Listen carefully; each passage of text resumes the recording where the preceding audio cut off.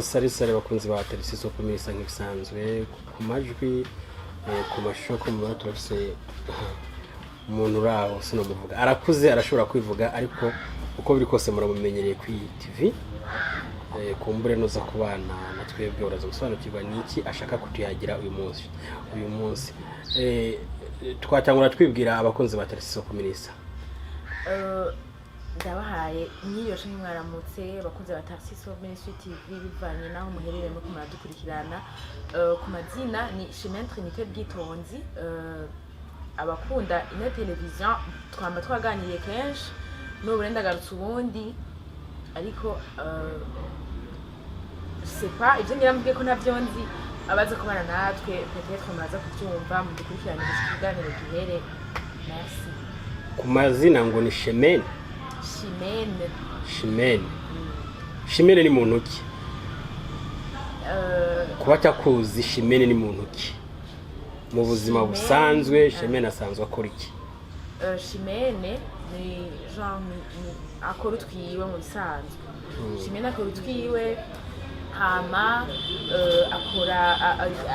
televiziyo nyene musanzwe mubona mumbona ko kenshi tuyaga Tarisiso Ministry TV ni novuga ko ubu ariho nicaye umwanya mutari muto duku ndumwana mu muryango afise abavyeyi agira gatatu mu muryango Shemene tugira amahirwe kumusanga muhira iwabo Shemene yari muhira akunda na cyane kuba ari umuntu umeze gute inyuma ya TV inyuma y'ibiganiro tubonesha amaso aba ari umuntu umeze gute mu buzima busanzwe Shimene muzao sanzwe bon je sais pas comment dire d'ailleurs ishure niho nkiheza ya peut-être 2 mois ntarahita ishure ndavyuka nkagira nkasenga nkakaraba nkatonda ku ishure nkataha nkafungura nkaruhuka mu munsi ugahera urumva mais maintenant narahejeje iyo ntatunze ku kazi ndagira ndacuka comme d'habitude nkasenga sinkunda gufungura mu gatondo ndakunda guteka iyo niriwe muhira kenshi ndateka saa sita ego ikindi kintu ndi hanze gabashani ndakunda kuryoherwa ahantu ndi kenshi haba ariko haravuga umuziki Shemene tubona nk'umujournaliste kandi uri kubikora neza Shemene kuba uri umujournaliste iyo mpano yo kuba umujournaliste wayumvisemo gute yatanguye gute kantu rero c'était en 2020 nkiheza humanité il y avait activité online kigeze kugurura je précise bien Muyinga hama ndarakurikirana ibiganiro vyabo biki swati narakurikirana n'ibindi byose by'ahandi mugabo kubera mva yari televiziyo nshasha yuguruye ahantu ndi urumva niko guca ngira ndabona ati ni bisanzwe urumva hari umwana araho umukobwa yigeze gukoraho genre arangyoyera mbonye ingene yifata navuga ati fikiri nje sinabishobora cyandasaba umu manager w'iyo TV ndamubwira ati zerega bige bintu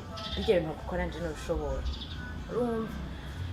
acavuga ngo vya vrai acambwira ngo tugerageze turabe then munyuma ndagenda ndakora en fait bino bintu kuntu bimeze ibintu bya journalisme bisaba kudatinya umuntu adatinya kandi yubahuka arabishobora naho c'était en 2020 niho namenyeye ko ivyo bintu ndabishoboye okay Shemene ngo tuyumva tumaze kumva ubuzima acamo bw'inyuma y'ibiganiro n'ubuzima busanzwe yoba amaze gucamo Shemene n'umukobwa n'umugore n'umumama Shemene ndagisubiramo n'umukobwa sorry kukivuga ndavuze kukivuga kutacyumva cyangwa ko itagitahuriraho kumwe ariko nabajije uri umumama uri umugore ndi umukobwa sorry ndasubiramo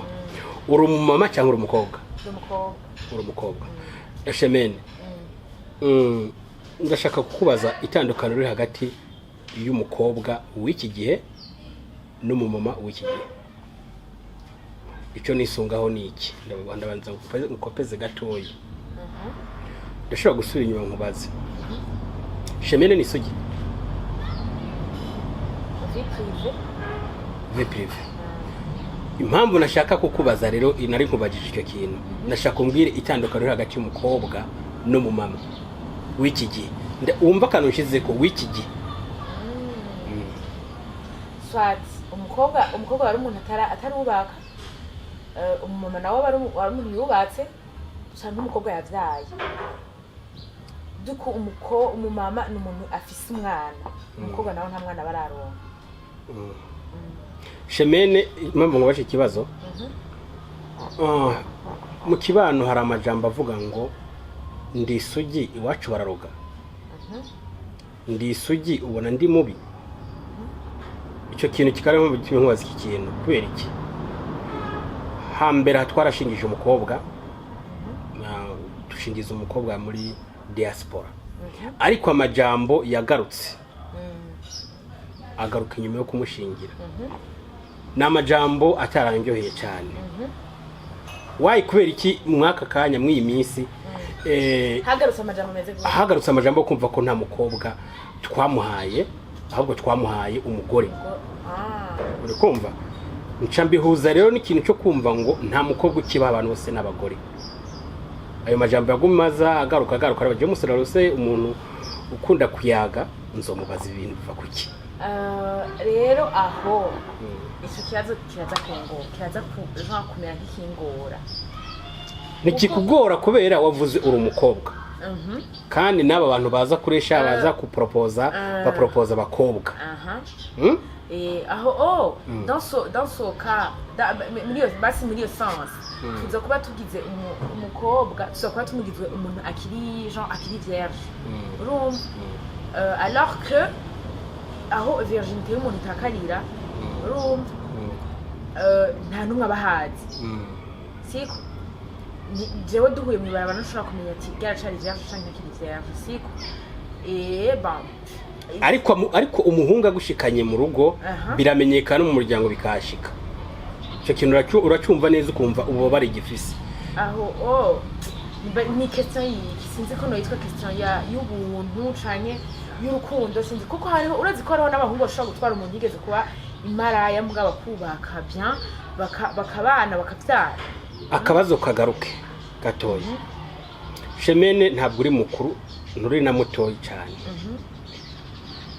urazi ko hambere hari abantu baratwara umugeni mu nyuma bagasubirayo bagiye kureba uko byari bigenze aribyo wumva byabaye ko umutipe twashingije hagaruka amajambo nta kintu waduhaye yazanye basi tradition yaragarukanye ka kera genre yashatse amateka arisubiramo uko biri kose amateka yisubiramo nta kintu mwampaye umukore genre yatwaye umuntu yataye usugi bwiwe ndashaka kukubaza ni cye kintu kiri gutuma kugera ku isaha isugi zitari kuboneka nkuko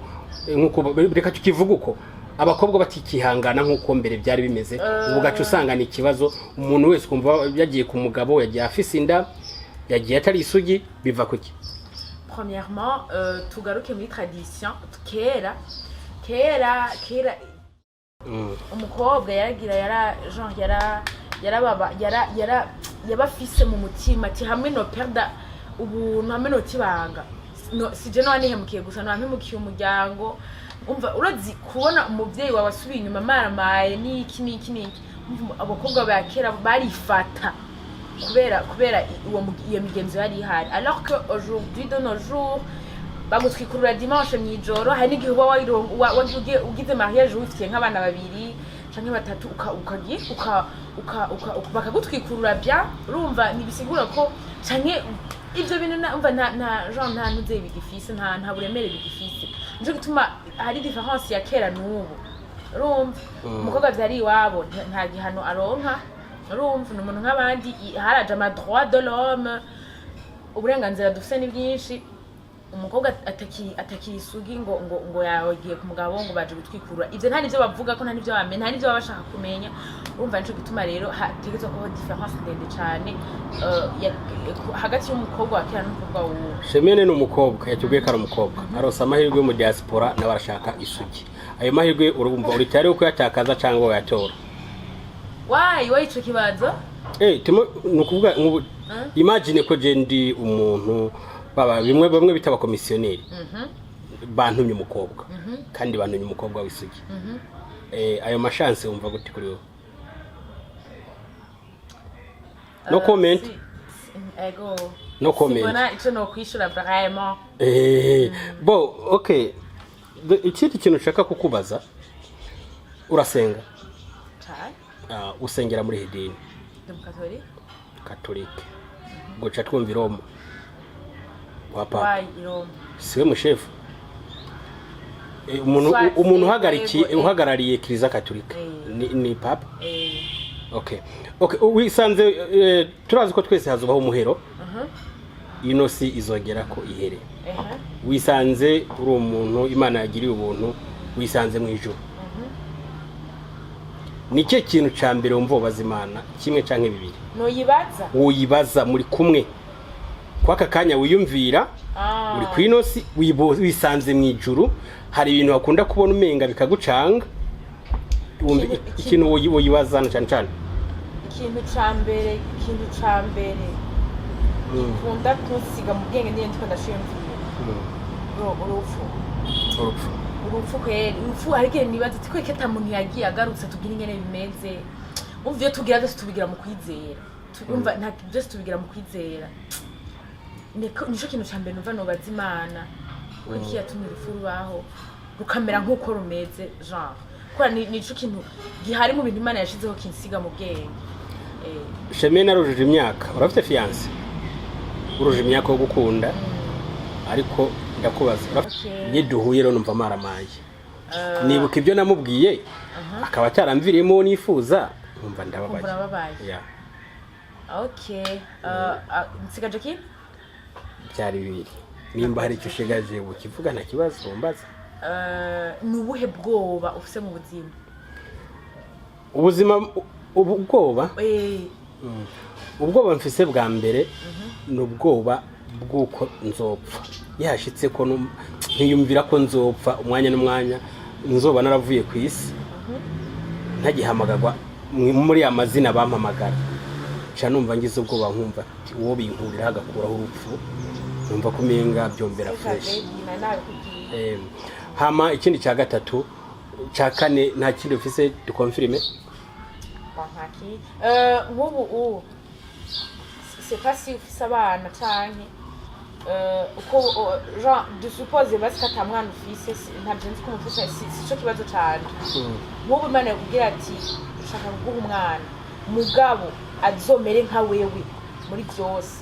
byo kuryohera ntabyo no kwemera. Merci beaucoup. Hari impamvu nyinshi zituma ndavyemera kuko kwera wowe ntiwi hari byinshi nishakamo nikeneramo nkabibura kubera iki umubiri umutima isi ya none tubamo gasangira goye nanje ubwanye nkumva umenga nta kizere nifitiye kuko namana nabibwiye n'abantu turi kumwe jewe nta kizere nifitiye cyo kuzoja mu ijuru kiretse habayeho gutabaga ku Imana. Ndasenga biye numva ko amasengesho yanjye atarengana parafu. Nkiyumvira ko nanje bwanye nta kize nifitiye bivuze ko rero umwana sino kwifuza ngazokuru uko nakuze ko naciye masrago nawe ni ibintu byinshi umwana wanje yo barahuye n'ingorane nyinshi avutse uko navutse ko nabayeho ukumeze pa uko wabayeho si umva ibyo naciyemo ko yo cabibamo intérieurement basi imyitwarire yawe ingeso zawe ibintu nk'ibyo Imana kugira ati umwana wawe azobaho oya Imana izomuha imico yiwe ntazokorana imico yanje. Guys murabyumva bakunzi imico atishimiye nawe bakunzi batarisiso kuminisa uko biri kose no kuyaga ariko nkuko ndi kubigusigurira umuntu niwe wishingira intahe kandi ngo umuntu azokwame yigaya apana kwishima wari we ko hari amakosa afise niho kumbure bizogenda neza ari no mpamvu nanse ko umwana wanje yomera ukomeza ubu nivyo ni vyiza kuko ukomeze ndumva ko nanje ubwanjye sinifite ikizere okay uko biri kose twari turi kumwe n'umuntu bita inde Shime notre imité bwitonzi uko mubibona ni bwitonzi nyene haba ku mubiri sinzi ku mutima n'Imana iharaba hamareka mfata umwanya nshimira umuntu warabye kino kigana akagiheraheza hamu akirabye akagiheraheza akirinkire mugenzi wawe kugisharinga yibuka no gukora subscribe kugira n'umuntu